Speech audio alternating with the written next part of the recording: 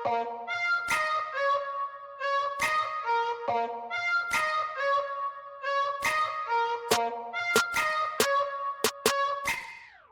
começando mais um Raso Podcast, o podcast oficial, né? Onde a gente fala sobre vida, negócios, empreendedorismo e hábitos. Isso mesmo. Estamos aqui novamente fazendo mais um podcast e dessa vez estamos com um convidado que vocês vão adorar bastante. Hoje temos o prazer de receber na Raso Podcast o Leonardo Alves, um profissional com uma trajetória incrível no mercado financeiro, formado em desenvolvimento de software e uma pós-graduação em Private Bank e investimentos pelo IBMEC. Leonardo é sócio da CXBR Capital e atua como assessor de investimentos. Com 18 anos de experiência na área, ele traz uma bagagem sólida que inclui investimentos pessoais e passagens por instituições renomadas, como Endbank e XP Investimentos. É uma honra tê-lo aqui para compartilhar seu conhecimento e experiências com a gente. Seja muito bem-vindo, Leonardo Alves. Muito obrigado, Thaís, pela introdução. José, muito obrigado pelo convite. É uma honra estar aqui com vocês, uma honra poder contribuir com o público. Espero que seja muito útil aí para a sua audiência. Obrigado. Muito obrigado. E bom, para a gente começar, Leonardo, a gente quer começar a perguntar um pouco sobre a sua história. Você atualmente é um profissional na área de investimentos, certo? E aí, sim, como que surgiu esse interesse para você? Perfeito, legal. Bom, vamos contar um pouco da minha história. Eu digo que esse ramo de investimentos, na verdade, eu fui escolhido por ele, não fui eu que escolhi esse ramo. Eu tive uma empresa de desenvolvimento de software durante muitos anos, praticamente uns 15 anos, à frente dessa empresa, era eu e mais um sócio. E ao longo do tempo eu investia, mas para mim mesmo, como pessoa física. E ao longo dos anos as pessoas começaram a pedir ajuda. Poxa, Léo, você investe, me ajuda com isso, me ajuda com aquilo. Eu comecei a ajudar um monte de gente. Chegou num determinado momento em que eu tinha uma demanda muito grande de pessoas me pedindo ajuda. E eu falei, poxa, isso aqui é muito divertido. Eu me divirto com isso, as pessoas me pedem, eu vou tornar isso aqui uma profissão. E aí eu resolvi virar a chave, sair da empresa de software. A empresa continua até hoje, o que era meu sócio continua tocando, a empresa existe. E eu passei a me dedicar 100% à assessoria de investimentos, a só ajudar as pessoas a investirem o seu dinheiro. E aí, claro, nesse momento eu fui estudar, fui tirar a certificação, fui fazer a pós-graduação em Private Banking e investimentos, para poder entender mais desse ramo e ajudar as pessoas de uma forma melhor. Fui tirar a certificação CFP, me qualificar. E aí eu entrei no Endbank, que foi minha primeira instituição no mercado financeiro, e depois de um certo tempo eu acabei migrando para a XP. Eu estou na XP há mais ou menos 5 anos e estou bem feliz. É uma plataforma super completa, funciona muito bem, nosso escritório tem um super suporte para o cliente, então é mais ou menos dessa forma que eu vim cair aqui no mercado financeiro. Nossa, que bacana. Então você começou meio que como um hobby, né? Foi como um hobby. Exatamente. E aí depois você foi se especializando nessa área. Você comentou sobre uma pós-graduação na Private Bank, né? Private Bank, isso. Quanto tempo, mais ou menos? A pós-graduação, 1 ano e meio. 1 ano e meio. Isso. Foi 1 ano e meio de pós-graduação para poder entender um pouco mais, porque naquele momento em que eu investia como pessoa física, e aí lembrando que isso aqui eu estou falando de 2007, 2008, isso a gente não tinha um mercado desenvolvido como o mercado é hoje. Então a gente não tinha esse mundo de assessoria. Isso foi muito interessante porque para mim foi uma escola. Então eu não tinha um assessor de investimentos que me atendia naquele momento. Essa cultura não existia naquele momento. Então eu tinha que me virar sozinho. Tudo que eu fazia eu tinha que aprender sozinho, na prática. Então eu fazia, dava errado, tentava de outra forma. Vários tipos de operação no mercado financeiro. Se você fosse operar um derivativo, se você fosse operar uma operação que não fosse trivial, não tinha alguém para te explicar. Eu testava, puxa, dava errado, não é assim que funciona. Tinha chamada de garantia, chamada de margem. Puxa, como é que funciona isso? Então eu fui descobrindo tudo na prática. Isso aqui me deu uma base muito boa para eu poder atender os clientes e dar o suporte que eu não tive quando eu estava começando. Bacana. Caraca. E em relação aos estudos, né? Você comentou que foi um ano que não tinha também tanta informação na internet, né? Exato, exato. Então foi uma busca sua. Exato, até porque a minha expertise naquele momento era a parte de renda variável. Então, eu trabalhei inclusive em mesas de renda variável, então essa é a minha especialidade. Mas quando você assessora um cliente, você tem diversas áreas que você precisa cuidar. Então, precisa cuidar da parte de renda fixa, do cliente mais conservador, do cliente moderado, precisa olhar outras áreas da vida do cliente.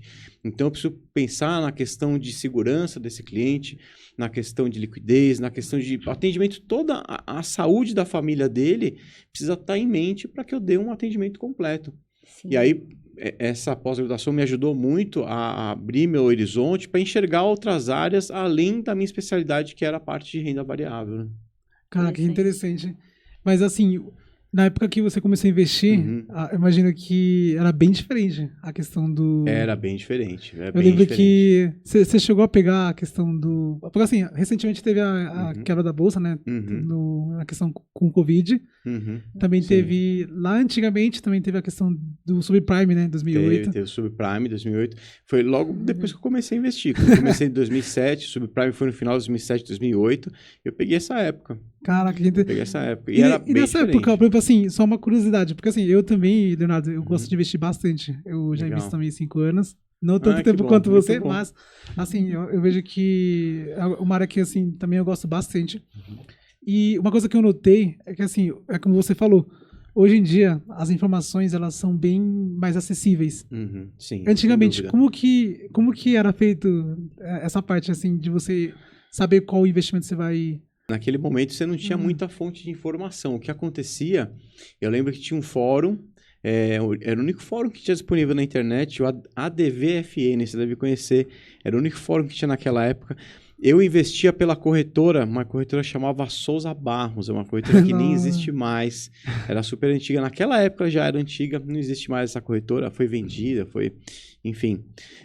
Os processos eram analógicos, né? Então, para eu abrir a conta, eu precisava imprimir a documentação, enviar pelo correio, então era tudo feito dessa forma. Caraca, eu acho que é algo burocrático, mais né? bem burocrático. Bem mais burocrático. Porque assim, hoje em dia... Por conta dessa acessibilidade, eu acredito que muitas pessoas estão começando a entrar no mundo dos investimentos, mas por conta da facilidade também. Sem dúvida. Do que era antigamente. Dúvida. Hoje você abre em 5 minutos, você abre uma conta. Na XP, que é a corretora que a gente é credenciado, você entra ali, 5 minutos, você abriu sua conta, mandou recurso para lá e já começa a investir no mesmo dia. É super simples. Hoje é muito fácil. Exatamente. E Léo, para quem assim tá começando, que não entende muito da área dessa parte de ações, né? Legal. O que você de investimentos, o que você aconselharia? Legal, muito bom. Isso é uma pergunta importante. E para quem está começando agora, o ideal é que você comece formando uma base. Como você vai construir uma casa, você começa sempre pela fundação dessa casa, para que seja uma casa segura. Nos investimentos é parecido. Então, o ideal é que você comece sempre pensando numa reserva de emergência. O que é a reserva de emergência? Você precisa ter investido em alguma coisa segura e com liquidez. Seguro, eu quero dizer, que não vai ter sobe e desce, não vai ter variação naquele valor. E com liquidez, alguma coisa que você consiga resgatar rapidamente. O equivalente a 6 meses das suas despesas mensais. Então, pega tudo que você gasta num mês. Você gasta X, você precisa ter 6 vezes esse valor investido em uma renda fixa, normalmente, ou um CDB com liquidez diária, ou um título público, um Tesouro Selic, alguma coisa que tenha super segurança e super liquidez para formar a sua base. Esse é o primeiro passo nos investimentos. Então, muita gente acaba pulando essa etapa e depois você pode ter problemas. Quando você começa por essa etapa, você acaba blindando a sua vida patrimonial, você acaba blindando os outros investimentos quando você começa a diversificar e, além disso, você ganha uma tranquilidade na sua vida pessoal. Por quê? Você sabe que se você perder o emprego, se você tiver um problema com a sua casa, se você tiver algum problema com os seus filhos, você sabe que você tem uma reserva ali, um dinheiro guardado para poder resolver. Isso te dá tranquilidade na sua vida para você poder fazer as outras coisas. Então, o que eu recomendo, o ideal é sempre começar por essa reserva de emergência. Uma vez montada essa reserva, aí sim a gente vai começar a diversificar.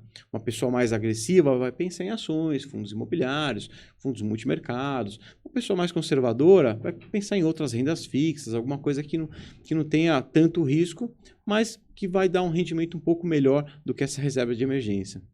Interessante. Interessante. Inclusive, acho que essa parte, muitos investidores que começam, eles cometem esse erro. Sim. Eu falo por mim mesmo. Quando eu comecei a investir, eu na época, eu também via a questão de uma oportunidade, né? Na questão dos investimentos. mas eu não tinha naquele momento a reserva de emergência, mas eu vejo que é muito importante para quem está começando. Sim. Porque os investimentos é de tijolo em tijolo, né, Léo? Exato, é isso mesmo. Não é algo que você tem retorno. Muitas pessoas também têm essa ilusão de que eu vou investir hoje e amanhã já estou milionário. E, na verdade, assim, no meu ponto de vista, você enriquece trabalhando no seu negócio. É isso mesmo. E o investimento ele serve como uma alavanca, né? Perfeito, é isso mesmo. Na verdade, o investimento é como se você acompanhasse o crescimento de uma planta, o crescimento de uma árvore. Você planta, vai regando, vai cuidando, e ao longo dos anos você vai criando o seu patrimônio. Então, a ideia... Por que você investe? Você investe para poder alcançar um sonho, ou para poder pensar na aposentadoria, ou para poder deixar um patrimônio para um filho, para um parente. Então, a ideia é que ao longo dos anos você vá construindo isso. Se for um sonho, uma casa, uma viagem, você vai montar um planejamento e ao longo dos anos você vai desenvolver isso. Uhum. Agora, a gente não pode esquecer que com essa popularização, você falou das ações, fundo imobiliário, muita gente começa por aí. Também é uma parte importante, porque mais importante de tudo é você começar os seus investimentos. Então, hoje em dia, a gente tem alguns fundos imobiliários que custam por volta de R$10. Tem algumas corretoras, na própria XP, você não tem o custo de corretagem com fundo imobiliário. Então, eu com R$10, eu consigo começar a investir. Coloco R$10 na conta da corretora, mando uma ordem sem pagar nada nessa ordem e começo a investir. Isso é bom, não é o melhor caminho, mas eu estou dando o primeiro passo, eu estou começando meus investimentos. Isso aí tem um fator psicológico muito bom e vai fazer com que essa pessoa comece a pensar no seu dinheiro, comece a pensar na sua educação financeira como um todo, para acumular um patrimônio. E, Léo, quando alguém vai te procurar para você poder estar ajudando nessa parte dessa parte financeira, né, de investimentos, você, na primeira conversa, você já consegue ver o perfil da pessoa? Normalmente, sim. Tá. Então, a gente, depois de um certo tempo lidando com o cliente, atendendo clientes, a gente começa a entender algumas coisas. Via de regra, se essa pessoa nunca investiu, o ideal é ela começar sempre de uma forma conservadora. Se é um cliente que nunca investiu, eu sempre trato esse cliente como um cliente conservador, por mais que ele diga que ele é agressivo. Isso é uma coisa importante, porque todo mundo diz que é agressivo porque as pessoas querem, claro, ter um retorno. Mais rápido, né? Mais rápido possível. Só que o que as pessoas não levam em consideração é que quando você está no investimento agressivo que pode te dar um retorno maior, ele também pode ter uma queda maior. Sim. Então, todo mundo é agressivo até levar a primeira porrada. Quanto maior o risco, tanto você pode ganhar mais, quanto você pode perder mais. Pode perder mais. Então, esse é o ponto. Então, o que eu recomendo sempre? Você nunca investiu? A gente monta a reserva de emergência, começa com investimento conservador e, aos pouquinhos, a gente vai diversificando em coisas que vão te dar um retorno maior em longo prazo, mas no curto prazo tem esse sobe e desce. E aí a pessoa vai sentindo. Tem pessoas que falam, poxa, não, tô tranquilo, tô me sentindo bem, eu entendo que caiu, o meu patrimônio variou para baixo, mas eu tenho bons ativos, isso daqui em algum momento vai voltar, eu estou tranquilo com isso. E tem pessoas que falam, nossa, eu estou me sentindo mal, não estou dormindo bem, porque o negócio variou para baixo, variou R$2 para baixo, já estou me sentindo mal. Você vê que é uma pessoa super conservadora. E assim, não tem certo ou errado. Sim. Cada um lida da sua maneira. Mas talvez você já teve um perfil que era dessa forma conservadora, mas que ele foi se adaptando a ver como que é esse progresso, né? Que é de cada dia. Porque eu lembro que quando o José começou a investir, eu falava, nossa, mas tão pouco. É um tantinho assim só. E aí ele falou, não, mas é aos poucos. Aos poucos vai se criando. Aí eu falei, tá, eu acho que eu quero algo já rápido, né? Mas depende muito, né? E eu já comecei, agora atualmente já tenho outro olhar. Eu sei que cada vez vai crescendo mais mesmo o patrimônio. É isso mesmo. E além disso, o perfil de investimentos é uma coisa que vai variando ao longo da vida. Então, normalmente uma pessoa que começa a investir, às vezes mora com os pais, ou tem alguém que paga ali as contas, a pessoa é super agressiva, porque ela pode perder tudo porque ela não tá com os pais. Investir em opções. Pode investir em opções, pode operar alavancado, não tem problema nenhum. E a pessoa vai construindo a sua vida, seu patrimônio, a pessoa tem um filho. Quando tem um filho, normalmente a pessoa volta a ser mais conservadora, fala, puxa, pera lá, eu tenho uma vida que depende de mim, agora eu não posso perder dinheiro. E essa pessoa continua formando um patrimônio. Chegou em determinado momento que ela fala, pô, já tenho um bom patrimônio, uma parte do patrimônio eu posso colocar em risco. Coloca em risco de novo. Vai chegando na aposentadoria, e eu estou com alguns clientes nessa fase, os clientes começam a tirar tudo do risco e colocar de uma forma conservadora. Eu falo, não, estou chegando no momento que eu não quero mais. Eu estou na aposentadoria, estou chegando na aposentadoria, eu quero guardar aqui para poder utilizar esse dinheiro para curtir um pouco a vida. Então, ao longo da vida, a gente vai mudando. Muda o perfil, vai mudando de acordo é. com a vida. Exato. Nossa, que legal. E, Léo, assim, a gente falou de forma indireta, a gente acabou falando de alguns pontos.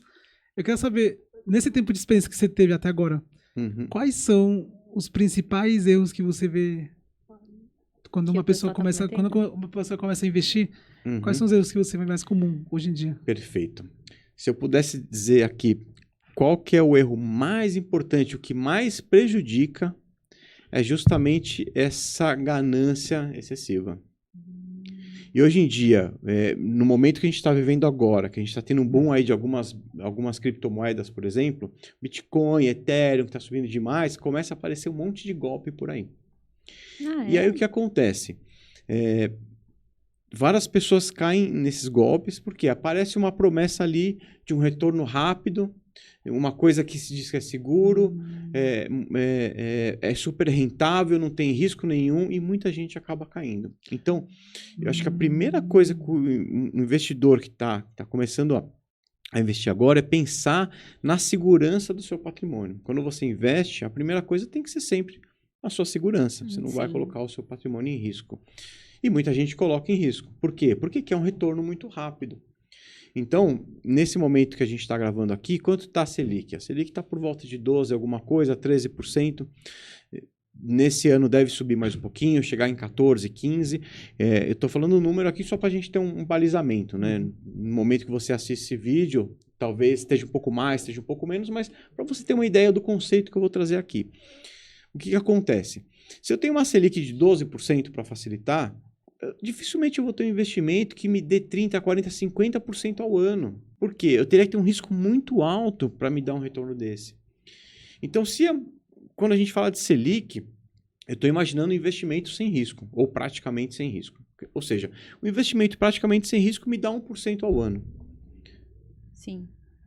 Para eu aumentar esse retorno, eu teria que aumentar o risco. Se eu tiver um investimento que me dê 2, 3, 4, 5% ao mês, isso não existe, porque eu teria um risco muito alto, isso aqui é golpe. Então, a primeira coisa que eu sempre falo é cuidado com os golpes. E como é que você evita esses golpes? A primeira coisa é você verificar esse retorno muito alto. Tem um retorno muito alto, já acende uma luz. Fala, opa, isso aqui está estranho. Já agora assim que não é normal. Não é normal. Se preocupar já. Essa esmola está muito alta. O que está acontecendo aqui? Eu quero entender o que acontece. Segunda coisa, verificar para onde vai o seu dinheiro. Se você vai investir numa coisa que está um risco alto, já acendeu um sinal, mas eu vou entender para onde que eu vou mandar o meu dinheiro. Você está mandando o seu dinheiro para uma corretora ou para um banco? Esse banco ou essa corretora são credenciados ao Banco Central, à Comissão de Valores Mobiliários, a CVM? Entra lá no site do Banco Central, entra no site da CVM e vê se está cadastrado esse banco.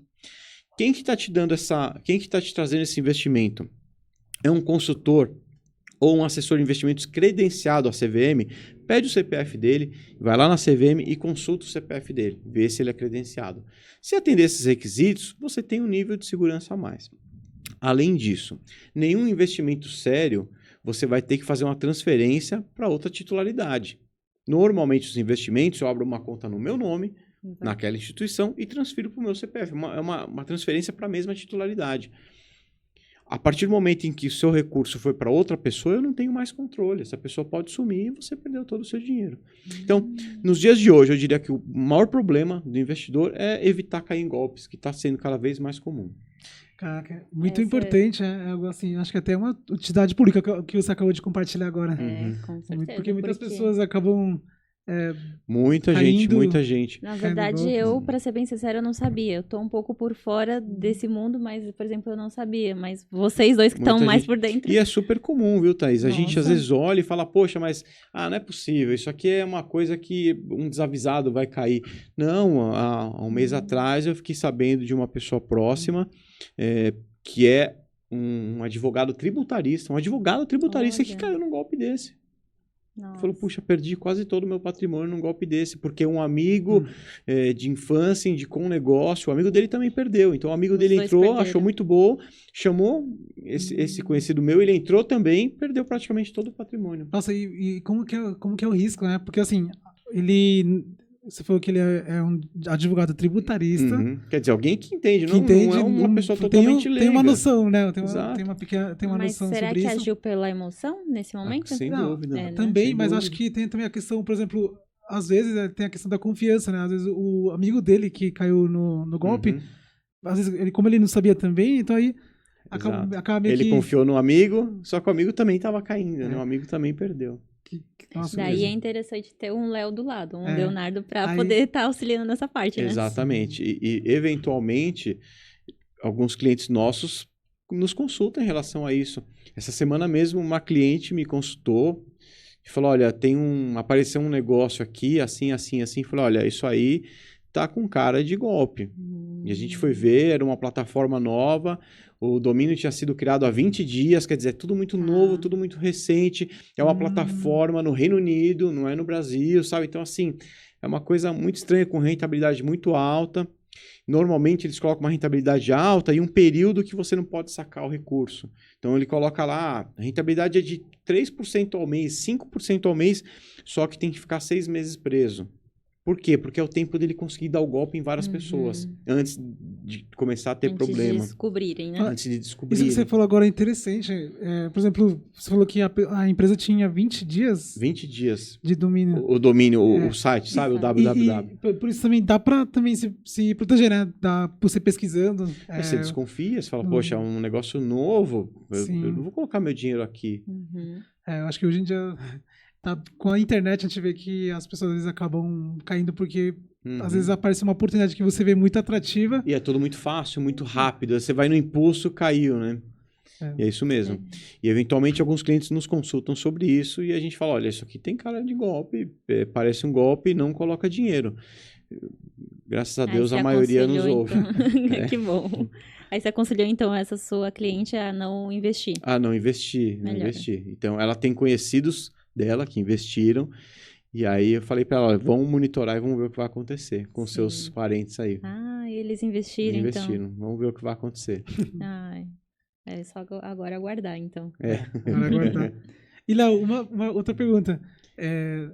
Tem muitas pessoas hoje em dia tem muitas pessoas que estão entrando na Bolsa de Valores, investindo. Acho que, se não me engano, me corrige, mas acho que, se não me engano, está 5% já da população brasileira, certo? Sim, isso. Ainda tem uma margem muito grande, né? Na pra entrar. pandemia expandiu demais, né? Porque antes era... Antes da pandemia era quanto? Tinha 1 milhão de CPFs, 2 milhões de CPF, veio aumentando por conta da pandemia. Muita gente começou na pandemia. Sim. Foi o boom que eu Foi também o boom. senti. Eu, por exemplo, comecei na pandemia. Bom, porque muita é o gente fruto ficou em da casa, tinha tempo livre. E aí, se isso vocês tudo. lembrarem, talvez vocês não lembrem, que vocês não estavam vivenciando isso, mas quando lá em abril, maio de 2020, quando começaram os lockdowns, quando Sim. começaram, Como que foi? a gente teve alguns circuit breaks na bolsa. O que é um circuit break na bolsa? A bolsa de valores, ela tem alguns mecanismos para proteger os investidores. Então, toda vez que tem uma variação de preços muito grande, a bolsa para de negociar. Ela para. Por quê? Está acontecendo alguma coisa no mercado e a gente diz que em situações de estresse, muita gente fica irracional. Então, para evitar essa irracionalidade, a bolsa para e fica algum tempo parado.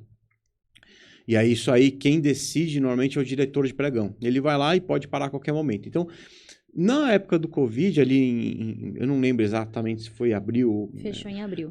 Foi em abril? Não, quando teve o circuit break na bolsa. Quando Acho que, teve se não me engano, teve Acho que vários circuit breaks. Teve um dia que tiveram 3 seguidos.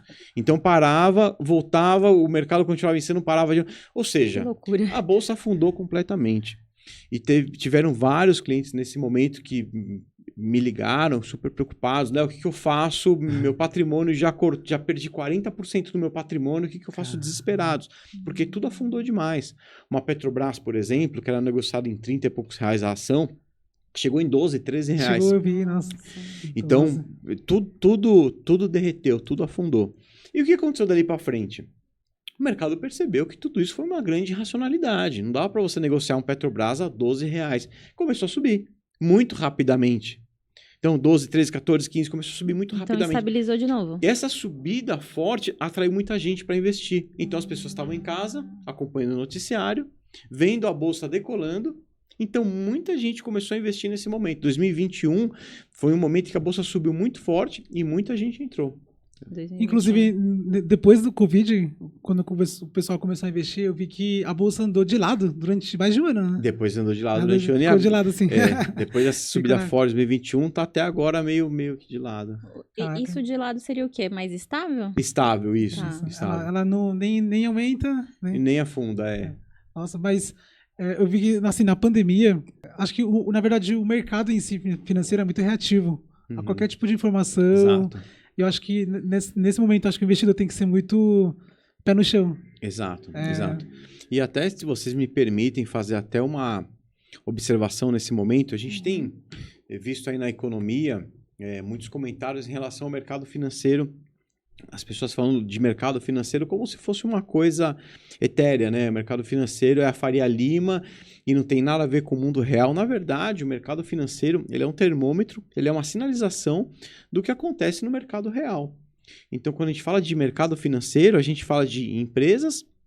Então, empresas que negociam no mundo real, então tudo que a gente vê nessa sala passou por alguma empresa que é negociada em bolsa. Quando a gente fala de commodities que são negociadas no mercado financeiro, o boi, o milho, a soja, o algodão, tudo isso é negociado em bolsa de valores. Então, a bolsa de valores, na verdade, e o mercado financeiro como um todo, nada mais é do que o reflexo do que acontece na nossa economia. Então, quando a gente tem ouvido algumas notícias atualmente, né, separando como se fosse uma coisa etérea, na verdade não é. Na verdade é um termômetro do que acontece na economia real. Entendi. Na verdade, acho que ele adianta, né? Ele isso, faz o uma mercado previsão, financeiro né, adianta tudo. do que vai ser. E acho que uma coisa também que eu vi, Léo, que talvez seja até um pouco polêmico essa pergunta, nesse tempo que você teve de experiência, a questão da política, você acha que interfere na questão dos investimentos, no mundo dos investimentos? Tem uma interferência? Interfere, sem dúvida que interfere. Principalmente o tipo de política em que cada governo pretende adotar. Então, quando eu penso numa política ou num governo que tem uma política monetária mais frouxa, quer dizer, tem uma taxa de juros mais baixa para incentivar a economia, o que acontece? A economia anda mais rapidamente, as coisas acontecem mais rapidamente. Isso tende a trazer uma inflação maior. Por outro lado, se eu tenho um governo que tem uma política monetária mais apertada, ou seja, juros mais altos, para tentar estancar a inflação, isso faz com que a economia como um todo dê uma estancada, a economia como um todo não ande. Na verdade, o que o governo controla, e aí isso é um conceito de economia, quando a gente vê lá que a taxa Selic subiu, a taxa Selic caiu, na verdade o governo, o Copom, que é o órgão ali do Banco Central, o comitê do órgão central, ele utiliza a taxa Selic para balizar essa inflação na economia. Então, toda vez que a gente começa a ter uma inflação muito alta, a Selic aumenta, e por isso que está aumentando agora, porque a gente vê uma inflação muito alta, então eles aumentam a Selic para poder barrar essa inflação. E por que barra a inflação? Porque com juros muito altos, as empresas não pegam crédito, as pessoas não financiam casa, as pessoas não financiam carro. Então, hoje mesmo, eu falei com um cliente que estava vendo um financiamento imobiliário, falou, nossa, Léo, como está caro o financiamento imobiliário? Porque a Selic está muito alta. E aí, o que acontece? As pessoas param de consumir, as empresas param de produzir, a inflação diminui, esfria. E aí é um ciclo econômico. Em um determinado momento, isso vai se regular e o governo passa a cortar de novo essa taxa Selic para incentivar a economia a funcionar novamente. Então tem uma rotação. Tem uma rotação, isso aqui é cíclico. E sempre, então, né? Sempre, Olha. porque é sempre... Agora a gente está no alto, então. Daqui a pouco talvez abaixe. Exatamente. Isso até vai balizar alguns tipos de investimentos. Então, e aí, isso é uma pergunta que me fazem sempre também. Poxa, mas agora é um bom momento de investir? E aí o que eu respondo é que sempre é um bom momento de investir. O que muda é que você vai aproveitar diferentes momentos do mercado para diferentes tipos de investimentos. Em alguns momentos do mercado, você vai pensar em alguma coisa pré-fixada, alguma coisa relacionada à inflação, alguma coisa pós-fixada, e você vai balizar isso, e aí é o assessor de investimentos, o consultor financeiro, trazendo essa informação para o cliente para que ele tenha o melhor retorno possível. Que interessante. Acho que a gente tem uma pancada de informações, mas assim, eu falei demais. Não, mas eu tô aprendendo bastante aqui. Sim, é muito bom a gente aprender. E, Léo, para uma pessoa que está começando, vamos supor que eu estou começando, eu sou totalmente leigo. Quais são os tipos de investimentos que você pode falar assim, dar uma explicada dos tipos que tem atualmente de investimentos? Vamos lá. Super simples, você vai entender o macro e um pouco de cada um dos investimentos. Quando você entra na plataforma de investimento, tem um monte de coisa, né? Tem várias sopas de letrinhas, você nem... e você fica perdido ali no meio, né? Mas vamos lá, isso é tranquilo. A gente pode dizer que tem duas categorias de investimentos. Tem a renda fixa e a renda variável. Tá? Vamos falar primeiro da renda fixa. A renda fixa, ela chama renda fixa justamente porque no momento em que você investe, as condições de investimento já estão todas claras. Quais são as condições de investimentos? Qual que é o vencimento daquele título? Qual que é o risco daquele título? E também qual que é a rentabilidade daquele título. Não necessariamente eu vou ter um número, o quanto que ele vai render, mas eu vou saber se ele vai seguir algum parâmetro, por exemplo. Essa renda fixa, ela ocorre quando eu empresto dinheiro para alguém. Então, eu posso emprestar o dinheiro por banco, são as rendas fixas bancárias. Aí tem algumas letrinhas lá, um CDB, um LCA, um LCI, são rendas fixas que eu estou emprestando dinheiro para o banco. Eu empresto dinheiro para o banco ele vai... Por esse empréstimo, ele vai me devolver o dinheiro com alguns juros ali. Tá? Eu posso emprestar o dinheiro para o governo, com títulos públicos. Aí eu vou ter o Tesouro Selic, o Tesouro IPCA, o Tesouro Pré-fixado. Que aí, por esse empréstimo do governo, ele vai me devolver com juros. E quanto vai ser esses juros? Aí vai depender. Se eu tiver comprado um Tesouro Selic, esses juros vai ser atrelado à Selic. O quanto for a Selic no período é o quanto eu vou receber de juros. Se eu tiver um tesouro pré-fixado, o pré-fixado já sei exatamente o quanto que ele vai render. Então, hoje, um pré-fixado está te dando 14% ao ano. Então, independente do que acontecer na economia, por ano ele vai me pagar 14%. E tem um outro tipo de título, que é o Tesouro IPCA, que é justamente o título do governo que vai me pagar a inflação mais alguma coisa. Então, hoje, por exemplo, ele está com uma taxa bem alta, ele paga inflação mais 7%.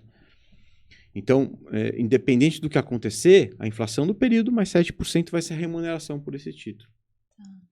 E o terceiro tipo de renda fixa é a renda fixa de crédito privado, quando eu empresto dinheiro para as empresas. Aí aqui eu estou falando de debêntures, de CRI, CRA, que são certificados de recebíveis imobiliários, certificados de recebíveis do agronegócio. Então, na renda fixa, eu tenho esses três tipos, a bancária, o título público e o crédito privado, e aí vem essas letrinhas aqui embaixo. Tá. No fundo, eu emprestei dinheiro para alguém em troca de alguma remuneração. É assim que eu ganho dinheiro na renda fixa. Eu empresto dinheiro para ganhar uns juros em cima disso. Legal. Então, matamos a primeira categoria. A segunda categoria são os investimentos em renda variável. Basicamente aí, ações e fundos imobiliários. Tem outros, mas esses são os principais, tá? Como é que eu ganho dinheiro na renda variável? Na renda variável, eu estou comprando algum título. Então, eu posso ganhar dinheiro de duas formas. Ou eu compro alguma coisa para vender mais caro no futuro, ou eu vou receber rendimentos por essa participação que eu comprei. São as duas formas que eu vou ganhar dinheiro com a renda variável. Na renda variável de ações, eu estou comprando, no fundo, uma participação em uma empresa. Então, quando eu comprei ações da Petrobras, ações da Vale, ações da Vivo, eu estou comprando uma participação dessa empresa. E aí, se essa empresa for bem, eu vou receber lucros. Os dividendos dessa empresa eu vou receber. Quando eu compro fundo imobiliário, eu estou comprando indiretamente a participação em algum imóvel. E aí eu passo, como dono indireto desse imóvel, eu passo a receber rendimentos desse imóvel. Então, por exemplo, tem alguns fundos imobiliários que são fundos imobiliários de shoppings. Dentro do portfólio dele tem um monte de shoppings. Quando eu compro aquele fundo imobiliário, é como se eu comprasse indiretamente uma participação naqueles shoppings. E aí todo o rendimento que tiver das lojas, de estacionamento, tudo que esse shopping render, eu vou receber uma parte disso. Então, eu recebi por rendimentos. A outra forma é vender. Se eu comprei uma ação de uma empresa, essa empresa foi bem, valorizou, o negócio dela vai bem, eu vou conseguir vender essa ação mais cara. É assim que eu ganho dinheiro com a renda variável. Então, eu acho que eu resumi bem aí a parte de renda fixa e renda variável para ter uma visão geral dos produtos. Bem. Nossa, que bacana. Então, essa parte, por exemplo, quando você foi falar um pouco já dos imobiliários, eu acho que eu já tenho uma visão melhor nessa parte, né? E eu acho bem bacana, porque a gente tem muitas pessoas, assim, que a gente conhece, até às vezes clientes, né? Que tem casas. Porque para eles é mais fácil investir em casas, porque eu acho que é o que eles sabem, mas não sabem tanto dessa parte dos investimentos. Acho que tem muito aquela questão da visão. Isso, palpável, né? Eu olho isso aqui, é palpável, é meu, então... Eles têm um pouco, assim, eu acho que a maioria tem ainda esse perfil, mas apesar de que não, né? Muitos que a gente também tá conversando já estão começando já a investir também. E às vezes eu falo com o José, tem muitas pessoas que acabam tendo 3, 4 casas, que pra mim até então era normal, mas depois que eu fui vendo um pouco mais também sobre essa parte de investimento, parece que talvez não vale tanto a pena, porque dos que eu conheço, né? Compram é para morar. O restante, eles compram porque não sabem onde investir. Então, para não ter ou no banco ou enfim, no banco, né? Aí eles vão lá e compram uma outra casa. Só que eles colocam para alugar. E aí tem aquela questão da manutenção da reforma, né? E tem essas questões. E quando o José me comentou um pouco sobre essa parte de investimentos, eu até conversei uma vez com você sobre esse assunto, né? Às vezes parece que é mais interessante pegar esse dinheiro dessas casas e investir. Porque, de fato, você não tem aquela preocupação em relação a lidar com o inquilino ou fazer essas manutenções também, né? Sem dúvida. Bom, aqui eu estou falando, quando eu falo de fundos imobiliários, eu estou falando de investimento imobiliário mesmo. Estou falando de tijolo, estou falando de... E aí entra toda a questão da análise do mercado imobiliário. Quando algumas pessoas me perguntam, falam, poxa, mas eu não sei se eu invisto em ações ou se eu invisto em fundo imobiliário. Se você for fazer essa análise, se você for escolher os ativos, vai depender da sua expertise. O que você faz melhor? Você consegue analisar o mercado imobiliário? E aí, nessa questão... Aí você auxilia, então, nessa parte, né? Exato. Então, a gente tem uma série de analistas na corretora em que conseguem fazer toda essa análise e trazer toda essa informação mastigada para o cliente. E aí, dando uma visão, aqui eu tendo a ser um pouco mais tendencioso para o mercado financeiro, porque é onde eu atuo, né? Mas, quando a gente fala de fundos imobiliários, eles vão te dar um bom retorno em relação aos rendimentos mensais, em relação ao imóvel físico, sem essa dor de cabeça da administração do imóvel.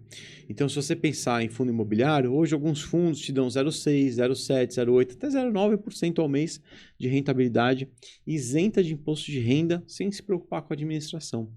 Enquanto se você pegar um imóvel físico, você vai ter ali 0,3%, 0,4%, 0,5%, e ainda em cima desse valor, você ainda vai ter que recolher o imposto de renda.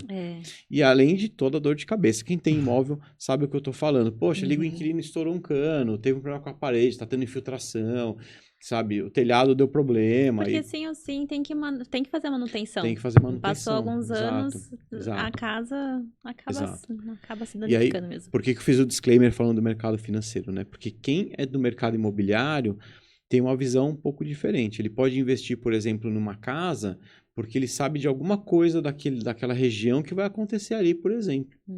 Valorização, né? Exato. Então, assim, num fundo imobiliário... Normalmente, fundos imobiliários são imóveis triplo A. São imóveis já muito bem desenvolvidos. Então, você pensar num fundo de galpão logístico, são galpões de classe A. Você pensar em shopping centers, são os melhores shopping centers. Então, assim, claro que você tem a valorização que tende a seguir a inflação, mas é uma coisa que vai duplicar, triplicar de valor. Como se você pegar um imóvel na Vila Nova Conceição. Ele vai valorizar ao longo do tempo? Vai, mas não vai multiplicar por 10. Porque ali já é uma região bem desenvolvida, já não falta nada.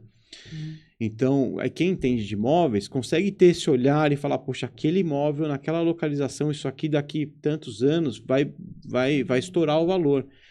Que é uma coisa que você não vai ter no fundo imobiliário. Mas aí é um outro jogo, um outro game. Outro modo de investimento. Né? Exato, é outro. Que também está em alta bastante, né, Léo? Que também está em alta. Muita gente compra terreno, constrói, entende desse ramo, constrói e revende. Então, compra apartamentos também, né? Apartamento para alugar. Exato, é outro jogo, né? É outro negócio. Tá. Depende muito da visão. E Léo, você falou também das ações, que você falou que a ação ela pode... Ou você pode ter um retorno mediante a valorização do bem, do ativo, ou mediante o dividendo em si. Isso, os rendimentos da E aí, ação. uma coisa assim que é muito comum, que aí, inclusive, acho até interessante você explicar, qual que é a diferença entre um dividendo e um juro sobre capital próprio? Perfeito. Bom, vamos lá. Um dividendo, ele é o lucro da empresa em si. Então, o que acontece? Essa empresa, o seu negócio está indo bem, a empresa oferiu lucro, ela é obrigada a repartir o dividendo com seus acionistas. Você, como dono da empresa, você tem uma participação, você vai receber uma parte desses dividendos. Isso é o dividendo da ação. Tá. O juro sobre capital próprio é uma coisa mais antiga, que vem lá da época da hiperinflação, que a empresa reinveste o seu dinheiro, tá? O seu próprio dinheiro ele é reinvestido e você tem um juro sobre esse capital que está reinvestido.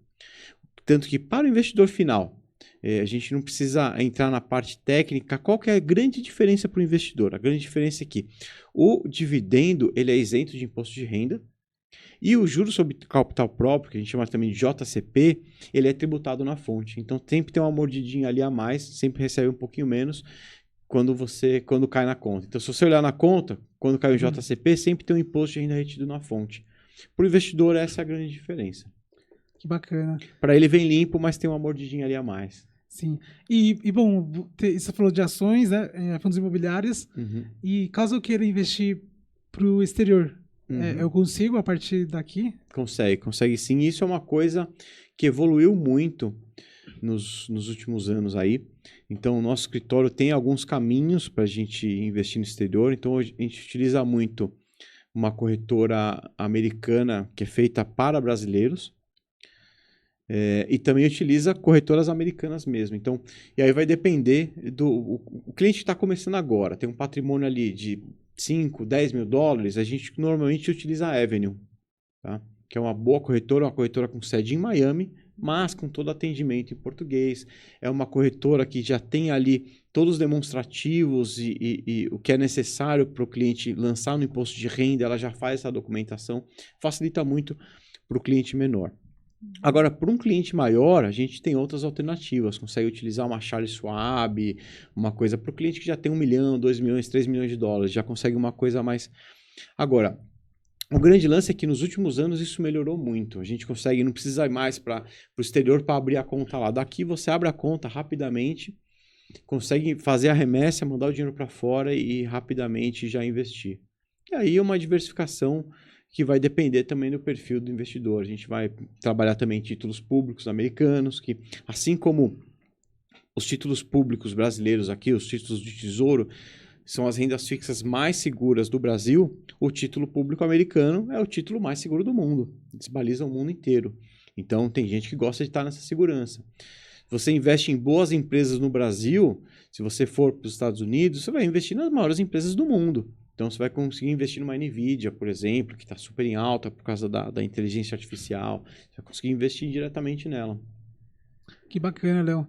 Então, assim, acho que hoje em dia não tem desculpa pra você não investir, certo? Não tem desculpa mesmo, não tem desculpa mesmo. Você consegue abrir a conta numa corretora, que é semelhante ao banco. Exato. Onde tem acesso a investimentos. Exato. E já consegue dar o start. Mas assim, obviamente que é muito importante, né? Se você não tem o conhecimento necessário, você procurar alguém que tenha essa algum profissional. Assim como, por exemplo, quando você tá doente, você procura um médico. Né? É a mesma coisa. Então, cada área tem, acho que uma pessoa, uma especialista para poder te acompanhar nessa parte. Né? Exato. Mas você levantou uma bola e falou uma coisa interessante aqui, é que dificilmente a pessoa vai ficar rica com investimentos. O grande lance aqui é você... Qual que é a sua especialidade? O que você faz bem? Onde você é bom em ganhar dinheiro? Então, você é um contador, você é um engenheiro, você é um arquiteto, você é um dentista, você é um médico. Você precisa utilizar o que você é bom para trazer o dinheiro e colocar nos seus investimentos. E os investimentos vão te proteger da inflação e vão te trazer algum ganho. Mas o que vai te trazer rico é você se dedicar àquilo que você é bom e trazer dinheiro. Isso aqui que é importante. Então, poxa, eu tô com uma dor nas costas aqui. Eu poderia cursar medicina e me tratar? Poderia. Mas eu vou demorar 5 anos para cursar medicina, depois uma pós-graduação em ortopedia. Não é mais fácil ir no médico? Com certeza. Né? Eu posso cuidar da contabilidade da minha empresa? Posso, mas eu vou fazer 4, 5 anos de contabilidade para cuidar da minha... Melhor, eu contratar um contador. É a mesma coisa. Economia de tempo, né? Economia de tempo. Então, eu vou na eficiência, eu vou no que eu faço bem. Se eu sou um dentista, eu vou ganhar dinheiro fazendo isso. E aí eu contrato um bom assessor de investimentos para me ajudar nessa outra parte. Sim. Para eu ganhar eficiência e aí a coisa deslancha muito mais rápido. Já que a gente está falando sobre isso, Léo, você não gostaria de aproveitar agora esse momento para passar, né, as suas redes sociais, seu contato? Muito bem, eu gostaria sim. Caso quem queira, né, esteja gostando desse bate-papo, né, já entrar direto em contato com você, Léo. Sim, caso alguém queira conhecer um pouco mais do trabalho do Léo. Muito bom, muito obrigado novamente por esse espaço. Bom, se quiser entrar em contato comigo, pode me chamar lá nas redes sociais. O meu Instagram é Leo, ALLVESS. Eles vão colocar aqui na descrição do vídeo. Sim. E tem também o meu canal no YouTube, que eu estou começando agora, mas é um canal feito com muito carinho.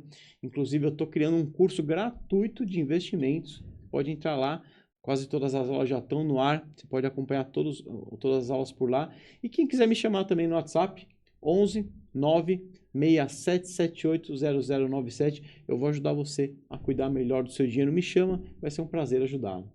Aí sim, Que que bacana. bacana. E você consegue ajudar presencial e online as pessoas? Exatamente. Então, eu tenho vários clientes aqui de São Paulo, mas tenho clientes no Brasil inteiro que a gente acaba ajudando online. Nosso trabalho acaba sendo remoto. Incrível. Que bacana. E bom, a gente vamos falar também agora dos patrocinadores, né, Thaís? Tá bom. Então bom. vamos aproveitar também para falar um pouco sobre os patrocinadores. Vocês estão vendo a Raso Podcast justamente graças às nossas empresas, Raso Contabilidade e Thaís Saluca Arquitetura. Bom, a Raso Contabilidade, ela cuida mais na parte de empresas que vendem por e-commerce. Então, se você está começando a vender pela Shopee, pelo Mercado Livre, pela Shein, a gente consegue te ajudar nessa parte, te dar o suporte fiscal necessário para você poder dar o start, de fato, né? Conseguir trabalhar tranquilamente vendendo de forma online. Isso aí. E no escritório Thaís Saluca Arquitetura, a gente te auxilia na parte dos projetos de interiores, projetos arquitetônicos. Se você comprou uma casa e quer fazer uma reforma, ampliação, a gente te auxilia nessa parte. E também na parte burocrática, que é a regularização, alvará, de obra. Toda essa parte a gente consegue estar te ajudando. Léo, né? a gente falou bastante coisa, Legal. foi muito interessante o bate-papo. E assim, eu gostaria de... A gente sempre pergunta para todo convidado isso aí. Uhum. Qual seria alguma dica que você pode dar para quem quer começar a investir, de repente, sei lá, tá inseguro, ou de repente não tem muito conhecimento? Você poderia dar um conselho para essa pessoa? Legal. Bom, eu diria que o mais importante é dar o primeiro passo e começar a investir. Então, se você está inseguro, e a gente ouve muita gente falando mal de poupança, né? Poupança. Se você está inseguro, começa pela poupança. É melhor você guardar alguma coisa do que não guardar nada. Além disso, o hábito é mais importante do que o valor que você guarda. Então, a pessoa fala, poxa, mas eu não tenho dinheiro para investir. Começa com R$1, R$2, R$10, R$100 por mês. O importante é você criar o hábito e todo mês você separando aquele dinheiro. Você vai começar com a poupança hoje, não tem problema. Amanhã você vai entender que um Tesouro Selic rende mais que a poupança, é mais seguro do que a poupança. Você vai evoluindo ao longo do tempo. Então, o mais importante é criar a disciplina de todo mês separar um dinheirinho. Fala, poxa, mas eu estou endividado, agora não tenho dinheiro. Separa R$10. Deixa de tomar uma cerveja no bar naquele mês e guarda R$10 por mês. Começa a investir, que ao longo do tempo vai fazer uma bela diferença na sua vida. Então, esse hábito, essa disciplina de sempre estar separando é uma parte do que recebe mesmo para o investimento, né? E depois gastar. Exatamente, exatamente. O ideal é sempre me pagar primeiro para depois pagar as contas. Verdade. Exato. Que bacana, Muito bom. Léo. Nossa, Léo, mais uma vez a gente agradece você por estar aqui, por ter aceitado o convite. Você trouxe bastante conteúdo. Acho que Pra mim foi enriquecedor, que eu aprendi algumas coisas para também. quem não conhece nada de investimento, ou para quem também tem noção, mas não sabe muito a fundo, tenho certeza que ajudou bastante. Eu mesmo peguei alguns insights aqui quando você começou a falar. Então, que bom. muito obrigado, Léo, por participar, né?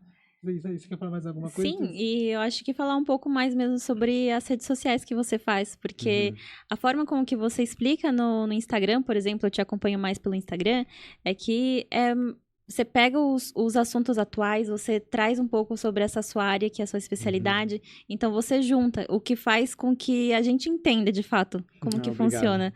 Então, é bem bacana. E você tá postando sempre, tá bem como que se diz? Que tá bem... Constante. Tá bem constante, isso, exatamente. Só que o hábito já era... Ai, eu amo. Eu tô tentando trazer um pouco daquela época em que não tinha ninguém para me ajudar. Eu falo, poxa, como é que eu posso ajudar essas pessoas que também estão começando agora? Sim. Então, que estão desamparadas aí. Então, obrigado pelo espaço, obrigado por poder falar um pouquinho com a sua audiência. Eu acho que também abro um pouco também o assunto aqui de talvez você quer falar algum item que talvez passou desapercebido e que você acha interessante também de estar passando aqui para o nosso público? Você me pegou de surpresa.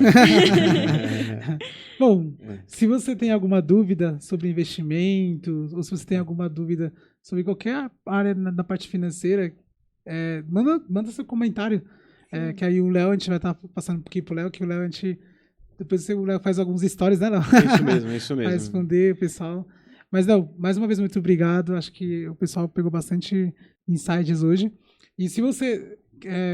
no podcast, a gente traz muitas pessoas de diferentes áreas, então o conteúdo aqui é mais no sentido de enriquecer, né, com conhecimento e também trazer insights, né, visões diferentes. Então, por exemplo, nessa parte de investimentos, a gente vê que tem muitas pessoas que ainda não investem, então, com certeza, você trouxe uma visão, uma clareada, que a pessoa ela já tem mais ou menos uma noção, não está totalmente no escuro. Que bom, Sim. muito bom. Exatamente. Bom, então eu agradeço novamente, Léo, pela sua participação. Agradeço também a vocês que ficaram até o final do nosso podcast e vamos trazer cada vez mais convidados. Estamos deixando os contatos do Léo também nas descrições do vídeo e foi um prazer mesmo estar aqui novamente com vocês, gente. Aguardem o próximo episódio que vamos estar aí lançando mais pra frente. Bom, é isso, pessoal. Então... Tchau, tchau. Tchau, tchau.